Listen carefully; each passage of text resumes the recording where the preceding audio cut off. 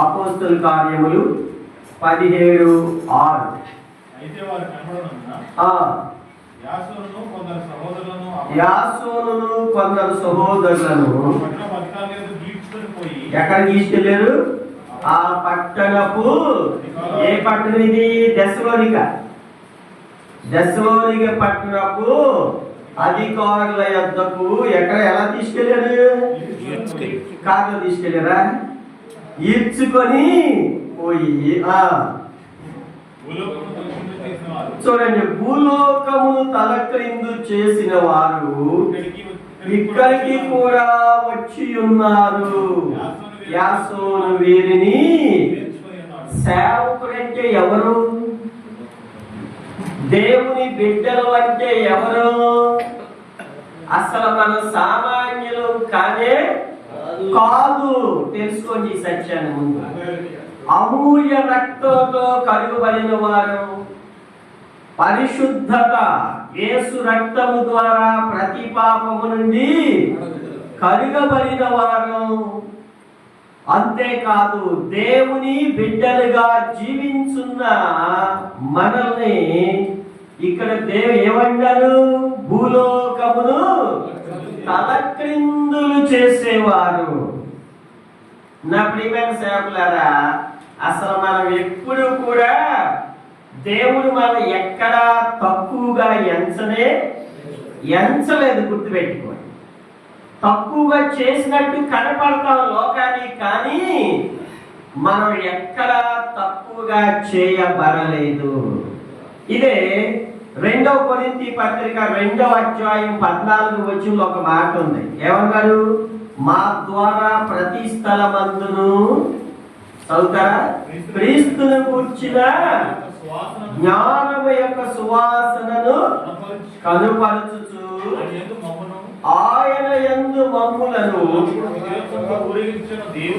ఎల్లప్పుడూ అప్పుడప్పుడైనా ఈడ్చుకొని పోయినా ఎల్లప్పుడే, చెరసాలలో ఉండా ఎల్లప్పుడే, ఎల్లప్పుడూ దేవుని బిడ్డలకు ఏమొస్తుంది? విజయోత్సవమే. సేవకుడంటే తక్కువ వాడి కాదు, ఓడిపోయిన వాడి కాదు, లేకపోతే ఇంకా మనం ఎవరి కింద కూడా తక్కువ చేయబడిన వారు కానీ అస్సలు కాదు. ప్రియమైన వారు, సేవకుడంటే భూలోకమును తలక్రిందులు చేయగలిగిన గొప్ప శక్తి, బలం దేవుని బిడ్డలైన మనకి దేవుడు అనుగ్రహిస్తాడు. ఎల్లప్పుడూ మనను విజయోత్సవముతోనే ఊరేగింప చేయగలిగిన గొప్ప దేవుడు. దయ్యాలు వచ్చినా, లేకపోతే సమస్యలు వచ్చినా, లేకపోతే ఇంకా ఎలాంటి వస్త్రహీనత అయినా, లేకపోతే ఏ కష్టమైన బాధ అయినా, వాటిల్లో కూడా దేవుడు ఏం చేస్తాడు? విజయాన్నే దయచేస్తాడు. సేవకుడు అంటే భూలోకమును తలక్రిందులు చేసిన వీరు పౌలు, శీల, లోకా గారు అయి ఉండొచ్చు ఇక్కడ ఉన్న సందర్భంలో. ఇంకా మిగతా వాళ్ళు ఎవరు ఉన్నారేమో. అపోస్తల కార్యములు 16-17 అధ్యాయాలంటే అంతా పౌలు గారి యొక్క విజయోత్సవమే. పుతోలు దెయ్యం మీద విజయం, చెరసాల మీద విజయం. ఇక దెస్సలోనికలోకి వచ్చాక ఈ శోధన వచ్చింది. ఒక సేవకుడు అంటే భూలోకమును తలక్రిందులు చేయటం. మరి అనుభవంలోనికి మనం రావాలంటే ముందు మనం ఏం చేయాలి? ఇదే ప్రశ్న. అసలు ముందు మనం తలగిందులు అవ్వాలి. మనం తలగిందులు అవ్వకుండా భూలోకాన్ని ఎక్కడ తలగిందులు చేస్తావు? నేను చెప్పేది అర్థమవుతుందా? మనం తలక్రిందులు అవ్వాలి. సేవకుడు అంటే తలక్రిందులు అయిపోవాలి. అంతే. అంటే ఏంటి తలక్రిందులు అవ్వటం అంటే? గలతీ పత్రిక 2:20 ఏమని ఉంది? నేను క్రీస్తుతో కూడా సిలువ వేయబడి ఉన్నది. నేను అన్న తీసేయి. అర్థమవుతుందా? ఇక నేను అన్న మాట ఇక్కడ మనం లేనే తర్వాత మాట ఏమన్నారు? నేను ఇప్పుడు జీవించుచున్న జీవితము అదుకోండి. ఇప్పుడు ఇక నీవు తలక్రిందులు ఎలా అవ్వాలి? ఎలా అవ్వాలి? నేను ఇప్పుడు జీవించుచున్న జీవితము నన్ను ప్రేమించి, అదిగో దేవుడు మన కోసం అప్పగించుకున్నాడు. నువ్వేం చేయాలి? నువ్వు ప్రభు కోసం సజీవ యాగముగా సమర్పించుకోవాలి. కూతురు సమర్పణ కాదా?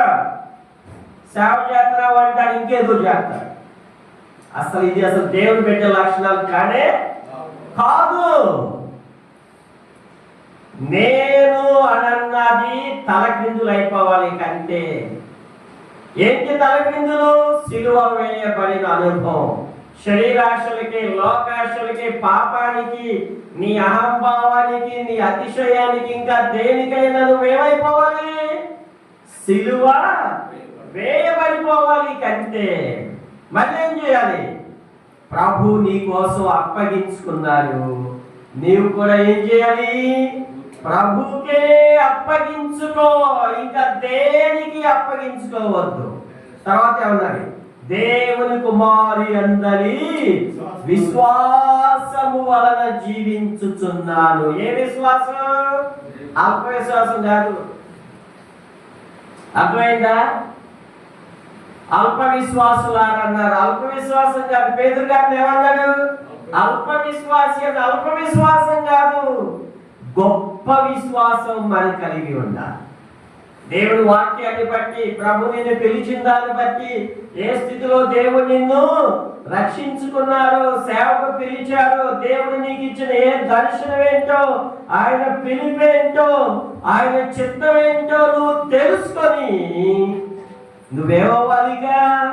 ప్రభువుకు నీవు అప్పగించుకోవాలి. విశ్వాసం వల్ల జీవించాలి. ఆ విశ్వాసమే పౌలు గారిని ఏం చేసింది? 2 ఖండాల్లో సువార్త చేయడానికి ఆ విశ్వాసమే నడిపించింది. కనుక సేవకుడు అంటే భూలోకాన్ని తలకిందులు చేసేవాళ్ళు. ముందు మనమేమవ్వాలి? మనం తలకిందులు అయిపోవాలి. ముందు మన శరీరాశలకి తలకిందులు అయిపోవాలి. లోకాశలకి మనుషుల వైపు చూడకూడదు. అసలు మనుషులు వచ్చిన మనుషులాగా ఉంటాం. దేవుడి వైపు చూస్తే ఎలా ఉంటాం? దేవుడి లాగా ఉంటాడు. కంటే దేవుని ఆశీర్వాదం ఉంటే, దేవుని నడిపింపు ఉంటుంది, దేవుని సహాయం ఉంటే మనం చూసిన వాళ్ళు మనలో ఉన్న దేవుణ్ణి చూస్తారు. దేవుని సాక్షిగా మనం ఉంటాం. మనుషుల వైపు చూస్తారు చాలా మంది. ఇదే చేసే తప్పు. ఒక సేవకుడు అనేవారు నీ పిలుపుని బట్టి, నీ దర్శనాన్ని బట్టి, నీకున్న సమర్పణ బట్టి దేవుని పోలి నడుచుకోవాలి తప్ప మనుషుల్లో పోలి అసలు నడుచుకోకూడదు. దేవుని యొక్క శక్తిని పొందుకోవాలి ప్రతిరోజు. కనుక సేవకులు అంటే భూలోకమును తలక్రిందులు చేసేవారు. ముందు మనమేమవ్వాలి? మనం తలకిందులు అయిపోవాలి. ముందు మన జీవితంలో ఒక నూతన అనుభవంలోనికి మనం మార్చబడాలి. మనం తలకిందులైతేనే భూలోకాన్ని తలకిందులు చేస్తాం. మనం తలకిందులైతేనే మన ఊరిని, మనం చేసే ప్రాంతాన్ని మనం తలకిందులు చేయగలం. మనం తలకిందులైతేనే మన సాక్ష్యం పౌలు గారి వలె నిలబడద్ది, ప్రకాశించుద్ది. లేకపోతే మనం తలకిందులు అవ్వకపోతే మనం ఎవరిని తలకిందులు చేయలేము. అంతేకాదు సైతాను మనల్ని ఆరివైపు తిప్పుకుంటాడు. ఇప్పుడు జరిగే పరిస్థితులు అవే చాలా బాధాకరమైన విషయాలు. ఒక సర్వే ప్రకారం వాక్యానుసారంగా బోధ చేసేవాళ్ళు, సంఘాన్ని నడిపే వాళ్ళు 17%. మిగతా 83 మంది కూడా, అంతేనా? 83 మంది కూడా ఫేకే. 85. 17 అంటే అంతేగా. అర్థమైందా? ఇక మిగతా వాళ్ళంతా ఫేకే ఒక సర్వే ప్రకారం. కనుక మన యొక్క సేవా విధానములో భూలోకమును తలక్రిందులు చేయగల వారిగా మన యొక్క విశ్వాసం ఉండాలి, మన భక్తి ఉండాలి, మన ప్రార్థన ఉండాలి, మన యొక్క దేవుని కార్యాలు ఉండాలి, మన సమర్పణ మనది. చూడండి, అన్యులు అంటే దేవుణ్ణి ఎరుగని వారు, అంతేగా వాళ్ళు చెప్పిన మాట. విశ్వాసులు కాదు, సంఘంలో వాళ్ళు గారు చెప్పిన మాట ఇది. దశలోనికుల్లో ఎవరో దుష్టులు, అల్లరి చేసేవాళ్ళు, రోడ్ల మీద తిరిగేవాళ్ళు, వాళ్ళందరూ పౌలు గారి సువార్తను విన్నారు, పౌలు గారి బోధన విన్నారు. అంతేకాదు, అంత ముందు ఊళ్ళల్లో ఎక్కడ తుయితేర ప్రాంతంలో దెయ్యాన్ని వెలపడతాం, అలాగే ఈ చెరసాల బద్దలవటం, అంతేకాదు ఇవన్నీ విన్నారు. వాళ్ళు విని లోకస్తులు చెప్పిన మాటలు మనమే మన గురించి రాసుకుంటాం పక్కన, అది ఇదని. ఇది మనం గురించి చేయలేదు. ఎవరు చెప్తున్నాడు ఈ సాక్ష్యం? ఒక లోకస్తులు, దేవుణ్ణి ఎరిగిన వారు ఇదిగో భూలోకాన్ని. అలాంటి సాక్ష్యం మన దగ్గర నుంచి రావాలి. మనకు మనం చెప్పుకుంటాం అసలు కానీ కాదు. నా ప్రియమైన సేవకులారా, మనం ఒక చోట పనిచేస్తున్న ఒక ఊర్లో మన గురించి ఏం చెప్పాలి? వీళ్ళలో దేవుని శక్తి ఉంది, వీళ్ళు దేవుని బిడ్డలు, వీళ్ళంటే మనం భయపడాలి అన్న ఒక మంచి మెసేజ్ వాళ్ళ దగ్గర నుంచి మనకు రావాలి. అదే మనం ఈ లోకంలో జ్యోతుల వలె ప్రకాశించటం అంటే. అంతేగాని మనం ఏదో తెగిలించుకుని చేసే అసలు కానే కాదు. ఒక లోకస్తులు, దేవుని ఎరగని వారు, ప్రార్థనకి రాని వారు మన గురించి వీళ్ళలో దేవుడు ఉన్నాడు, దైవ శక్తి సంఘంలో ఉన్నది, ఈ సేవకుడు మంచి ప్రార్థనాపరుడు, ఈ సేవకుడిలో దేవుని శక్తి ఉందని లోకస్తులు చెప్పగలగాలి. భూలోకాన్ని తలకిందులు చేసేవారు ఇక్కడికి వచ్చారు, యాసోనైనా వీళ్ళు చేర్చుకున్నారని చెప్పిన వారు ఎవరు? సంఘస్థులు కాదు చెప్పింది, అన్యులు చెప్పారు, దేవుని ఎరుగని వారు చెప్పారు. నా ప్రియమైన వాళ్ళారా, మన ఊర్లో మన సాక్ష్యం ఏంటి? మనం పనిచేసే చోట మన సాక్ష్యం ఏంటి? మనం ఎక్కడెక్కడికి వెళ్తున్నామో అక్కడ మన సాక్ష్యం ఏంటి? ఎలాంటి సాక్ష్యాన్ని మనం కలిగి ఉన్నాం? సేవకులుగా ఖచ్చితంగా ఏముండాలో తెలుసా? సాక్ష్యం ఉండాలి. ఒక బలమైన సాక్ష్యం సేవకుడికి లేకపోతే అసలు మన వాక్యం ఎవరు వినరు. ఏమంటారు మీరు? మనం పెద్దగా వాక్యం చెప్పక్కర్లా, మనకున్న పరిధిలో దేవుడు మనకి ఇచ్చిన చిన్న వాక్యమే, తక్కువ వాక్యమే చెప్పు. సాక్ష్యం కలిగి లేకపోతే అస్సలు ఎవరు విననే. నువ్వు ఎంత చెప్పినా ఎవరు వినరు. పెద్దవాళ్ళైనా చిన్నవాళ్ళైనా యవనస్తులు అయినా సాక్ష్యం పోగొట్టుకున్నామంటే మొత్తం పోయినట్టే. ఏమంటారు మీరు? సాక్ష్యం ఉంది అంటే తిమోతి పత్రిక 3వ అధ్యాయంలో ఉన్న 27 విషయాలు అక్కడ ఉన్నాయి. అవి కొంతవరకు మనం నెరవేర్చినట్టేమో, అంతేనే కదా? తిమోతి పత్రిక 3వ అధ్యాయం అధ్యక్ష పదవిని అపేక్ష ఆశించిన ఏమేమి ఉండాలి? అక్కడ చాలా విషయాలు ఉన్నాయి. వీటన్నిటిలో నీ సాక్ష్యాన్ని నువ్వేం చేయాలి? నిరూపించుకోవాలి. ఒక సేవకుడు ముందు తలకిందులయ్యే విషయంలో తన సాక్ష్యాన్ని తనను నిరూపించుకోవాలి. అలా నిరూపించుకున్న తరువాత దేవుడు ఎన్ని కార్యాలైనా మన పట్ల చేస్తాడు. మన సేవలో దేవుడు గొప్ప కార్యాలు చేస్తాడు. మన సేవలో దేవుడు అద్భుతాలు చేస్తాడు, మహత్కార్యాలు చేస్తాడు. దేవుని కార్యాలు మన సేవలో ఉంటాయి. ఆత్మలను దేవుడు సంఘానికి నడిపిస్తాడు. ఇది ఏమీ లేకపోకుండా మనం ఏవేవో చేసినా అవేవో కనపడతాయి పైకని, వాక్యానుసారమైనవి కానీ కాదు. డాబులు, దర్పాలు, ఇంకటి ఆర్భాటాలు, రకరకాల అన్ని వస్తా ఉంటాయి ఈ కాలంలో. ఇవి చూస్తాకే అంతవరకే, వాక్యానుసారమైనవి మాత్రం ఎంత మాత్రము కావు. వాక్యానుసారమైన సేవ ఏమిటి అంటే, ఇదిగో మన సాక్ష్యాన్ని మనం నిరూపించుకోవాలి. అన్యుల మధ్య, దేవుని ఎరుగని వారి మధ్య ఈ సేవకుడు ప్రార్థనాపరుడు, ఈ సేవకుడు యథార్థపరుడు, ఈ సేవకుడు భక్తి గలవాడు, ఈ సేవకుడు ప్రేమ ఆదరణ గలవాడని మనం గురించి అన్యులు చెప్పగలగాలి, లోకస్తులు చెప్పగలగాలి. గమనించరా? భూలోకమును తలక్రిందులు చేసే సేవకులుగా మనల్ని కూడా దేవుడు చేయగలడు. ప్రియమైన వాళ్ళ, మనల్ని కూడా దేవుడు వాడుకోగలడు. మనల్ని కూడా దేవుడు ఆయన నామములో గొప్ప కార్యాలు చెయ్యగలడు. తలక్రిందులుగా అవ్వాలంటే ముందు మనం తలక్రిందులు అవ్వాలి. ఏమన్నాడు ఎక్కడ? నేను క్రీస్తుతో కూడా. ఇది ఒక సమర్పణ. రెండో సమర్పణ చూద్దాం, చూడండి.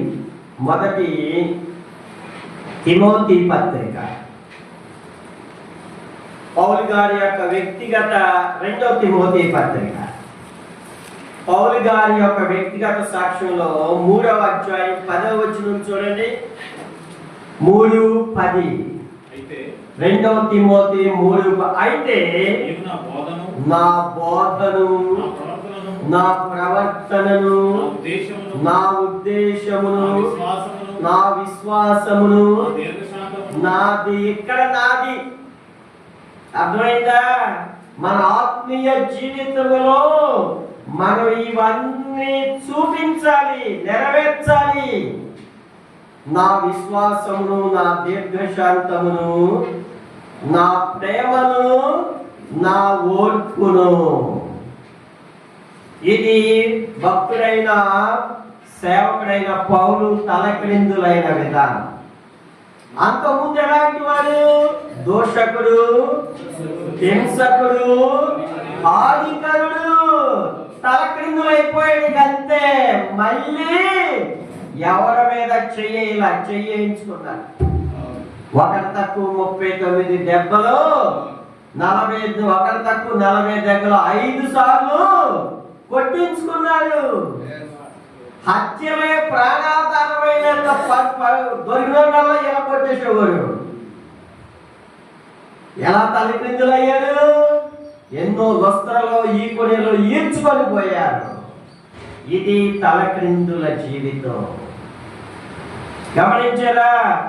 పౌలు గారు ఎలాంటి వాడు? ముఠా తగాదాలోడు, కూనీకోరు, ఫ్యాక్షనిస్టు. అంతే కదా? అంతేకాదు, ధర్మశాస్త్రంలో అనిత్యుడు. దెబ్బక తలకిందులు అయిపోయాడు. అంతే. ధర్మశాస్త్రంలో ఉన్న క్రీస్తుని తప్ప ఇంకా ఏది ఎరగలేదు. కొరింథీ పత్రిక 2వ అధ్యాయంలో మనం చూస్తాం. నేను క్రీస్తు సిలువ వేయబడిన క్రీస్తుని తప్ప మీ మధ్య ఇంకా ఏది ఎరగలేదు. ఇది తలక్రిందుల జీవితం. ఇప్పుడు డాన్స్ లేస్తారు. ఏంటి అన్ని?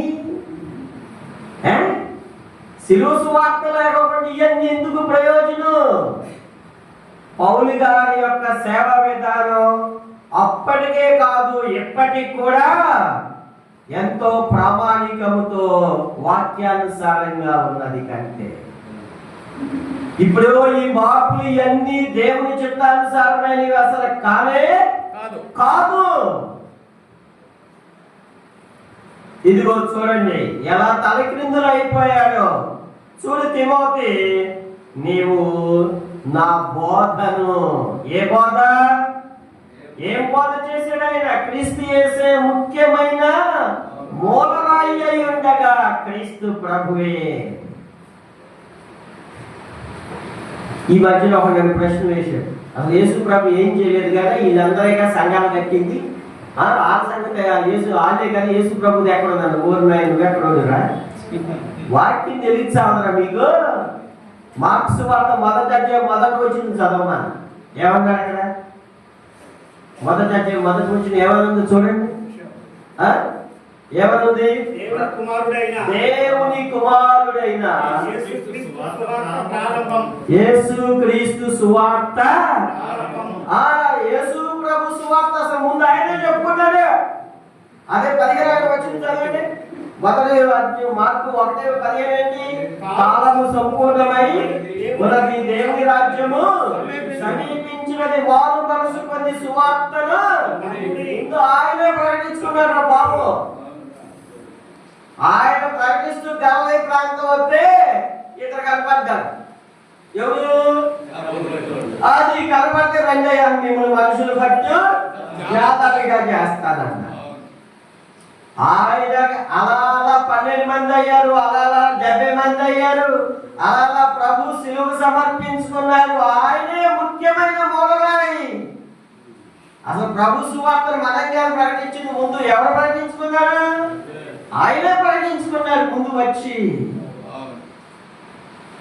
కనుక ప్రియమైన వారు ఎలాంటివి కాదు, నా బోధను అదే. వాడు పట్టుకుంటానికి అదే అనుకుంటాడు, దాన్ని బట్టి లాక్కుంటా కూర్చుంటాడు. కాదు, పౌలు గారు చెప్తున్నాడు చూడండి, నీవు నా బోధను, నా యొక్క ప్రవర్తనను తలకిందులు అయిపోయాడు అంతే. నేను ప్రధాన పాపిని అన్నాడు. ఇంకొక మాట అన్నాడు ఆయన తలక్రిందులైన విధానంలో. పేతురు గారు కూడా మాట చెప్పలా, నేను క్రీస్తుని పోలి నడుచుకున్న ప్రకారం మీరు నన్ను పోలి. ఈ మాట ఇంకా ఎవరు శిష్యుల్లో అపోస్తులు అన్నవాళ్ళు ఎవరు? తలక్రిందులంటిది. ఈ అనుభవాల్లో మనం ఎక్కడ ఉన్నా ఒక్కసారి మనం జ్ఞాపకం చేసుకోవాలి, ప్రశ్నించుకోవాలి. ఒక సేవకుడిగా నీపైన నేనైనా సరే, మేము డిసెంబర్ 23 జోసఫ్ గారు ఉన్నారు, ఆ బెండి సర్కిల్ దగ్గర సువార్త చేస్తుంటే మమ్మల్ని పట్టబోయారు. మా వాళ్ళు నన్ను పట్టబోయారు, నేను దెబ్బలు తినలేదు కానీ మా వేళలో ఉన్న వాళ్ళు దెబ్బలు తిన్నారు. అది నా మీదకి వచ్చాడు, దేవుడు ఏంటో ఆపేసాడు. ఆయన చెయ్యతే నా మీద కూడా. అయితే కొందరు మా వాళ్ళు కొట్టారు. అప్పుడు ఈ వచ్చినాన్నే జ్ఞాపకం చేసుకున్నాం. దేవుని కోసం మనం పౌలు గారు లాగా, పౌలు గారు ఎంత ఏడవైందో దానిలో ఎంతో ఒక దెబ్బ తిన్నాం కదా మనం. ప్రభువా క్షమించు వాళ్ళని ప్రార్థన చేశాం. కనుక ప్రియమైన వాళ్ళలాగా మన ప్రవర్తన, మన యొక్క నా ఉద్దేశము, ఏ ఉద్దేశంతో సేవకు వచ్చాం ఒకసారి ఆలోచించేయండి. ఒకటే ఉద్దేశం ఏంటి? సేవకుడు అంటే ఏం చేయాలి? ఆత్మలను ప్రభు దగ్గరికి నడిపించాలి. అంటే సొమ్ములు సంపాదించుకోవడం కాదు. సేవకుడు అంటే ఆత్మలను సంపాదించాలి. ఓ పెద్ద పెద్ద మందిరాలు కట్టడం అంతకన్నా కాదు. మందిరం కావాల్సిందే, వద్దనంటే వీలు లేదు. ఇప్పుడున్న పరిస్థితికి అనుగుణంగా మనకి మందిరము కావాల్సింది. అంటే ఆర్భాటాలతో ఉండవలసిన అవసరం లేదు. వాడు వచ్చి నా దగ్గరికి వచ్చాడు, 30 లక్షలు పెట్టి మందిరం కట్టుకుంటున్నాను, నాకు డబ్బులు ఎన్నాళ్ళు ఇస్తావాడినాడు నన్ను. నేను నాకు 3 లక్షలు ఇరా చాలు, నేను మందిరం కట్టుకుంటాను. నా 30 లక్షలు పెట్టి మందిరం వద్దు, 3 లక్షలు చాలురా బాబు, నాకు మందిరం కట్టుకుంటాను. కనుక ఇలాంటి ఆర్భాటాలు కాదు.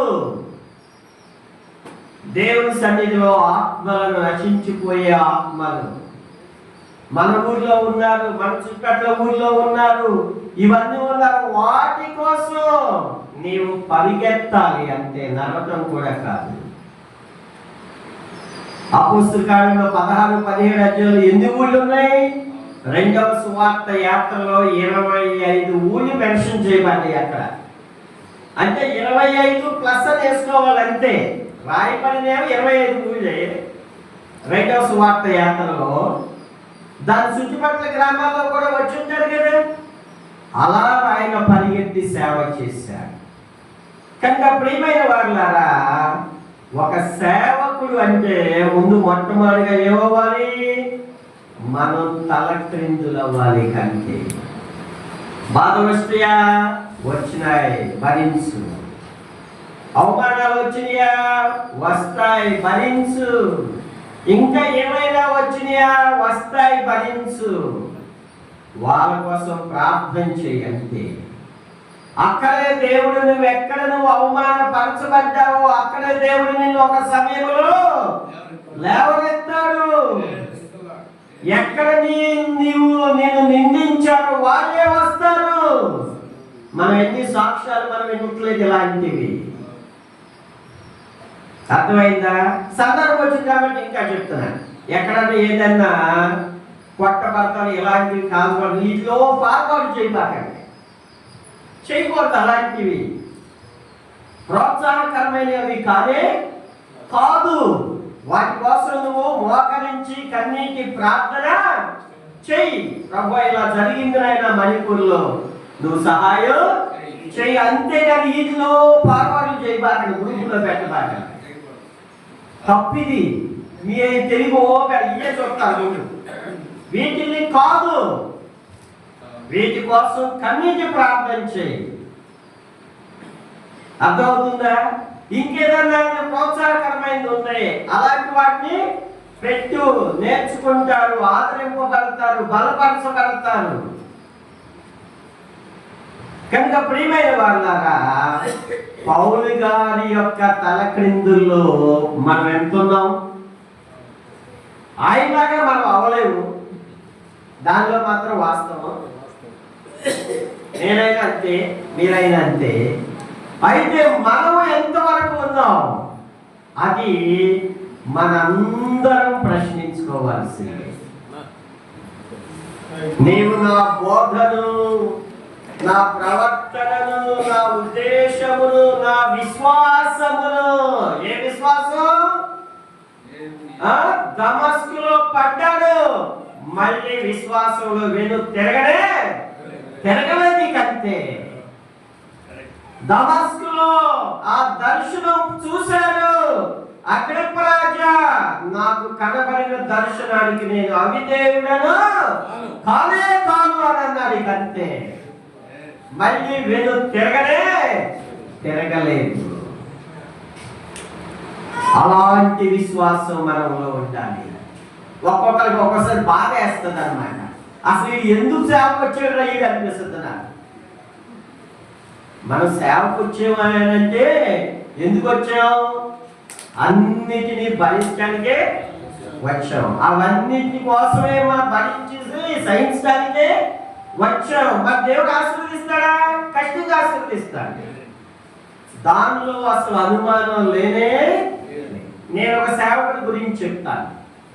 ఇక్కడ గోడవల్లిలో ఒకసారి ఒక 20 సంవత్సరాల క్రితం రోడ్డు పక్కన వాళ్ళు దేవుడు చూపించాడని అక్కడ ఒక చిన్న పాక వేసుకుని సేవ చేశాడు. ఆ సేవకుడు చనిపోయాడు. అప్పుడు నేను వెళ్ళి అక్కడ దేవుని వాక్యాన్ని అందించాను. అప్పుడు ఒక చిన్న పాకే అంతే, కనీసం కూర్చుంటానికి కూడా అక్కడ ఒక కుర్చీ లాంటిది లేనే లేదు. మళ్ళీ ఈ టైంలోనే శ్రమల దినాల టైంలో ఆయన ఉపవాస ప్రార్థనలకు పిలిచాడు. ఒకసారి అదే ఎదురుగా స్థలం కొనుక్కుని ఒక చిన్న మందిరం వేశాడు.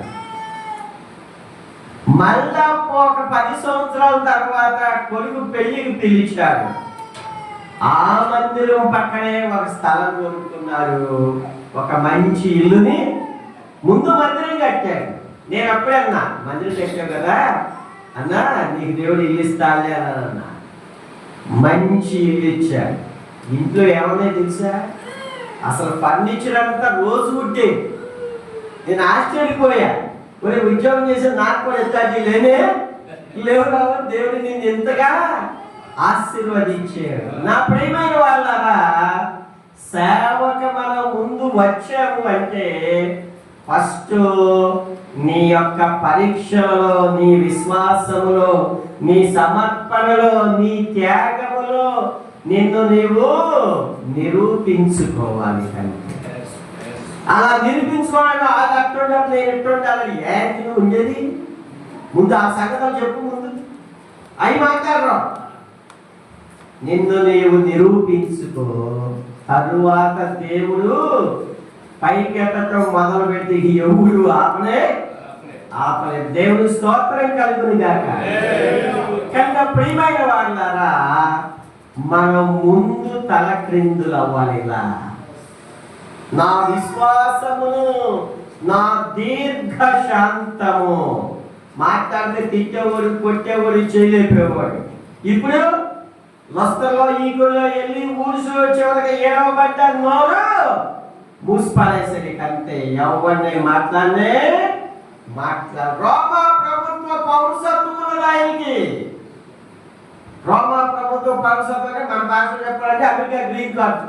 ఇప్పుడు అలాంటి వారైనా సరే వాళ్ళకి ప్రత్యేక హక్కులు ఉంటాయి.